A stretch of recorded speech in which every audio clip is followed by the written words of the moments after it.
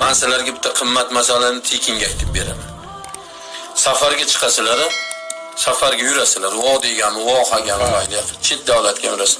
Safarga chiqadigan inson debdilar, bitta qog'ozga la ilaha illallohu Muhammadur Rasulullohni yozsin.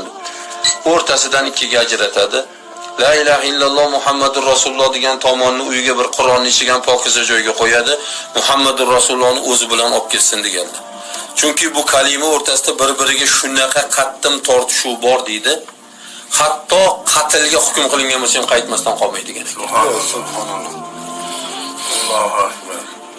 Buni sharofatini men necha joylarda ko'rdim shuni. Hibsda turganlarga maslahat berdik.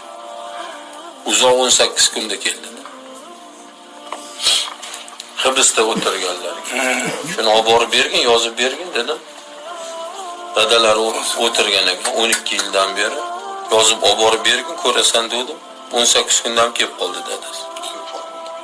Bu shunaqa quvvatga ega bo'lgan kalima. Nega bo'lsa, la ilaha illallohu Muhammadur Rasulullohni chin tildan aytib, chin dildan tasdiq qilsa, bu inson jannatga kirmasdan qolmaydi. Agar oxirgi so'zi o'lim to'shagida oxirgi so'zi la ilaha illalloh Muhammadur Rasululloh bo'lsa, to'g'ri jannatga kiradi degan. Bu shunaqa kalima bu. Bu shunaqa kalima bu. Ana shuning uchun bunga muhabbat qilish kerak. Farzandsizlik bilan sinalayotgan insonlar bor mana. Kelin-kuyovlar bor, 5 yil, 3 yil. O'sha ayol yotadi, eri o'sha ayolni qorniga kaftini qo'yadi-da, mana buni ishora sabboba deydi.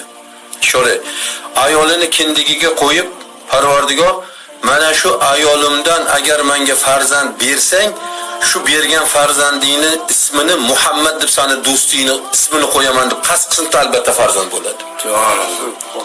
3 juma qilsin debdi shuni. 3 juma.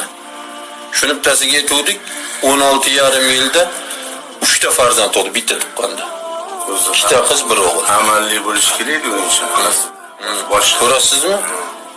3 ta, ikkita qiz, bir o'g'il, bitta tuqqanda 3 ta tug'di. Farzand tushib qolaveradigan kelinlar bor. Ugroza deydi, palon deydi, u deydi, bu deydi. Shuni qilsin debdi.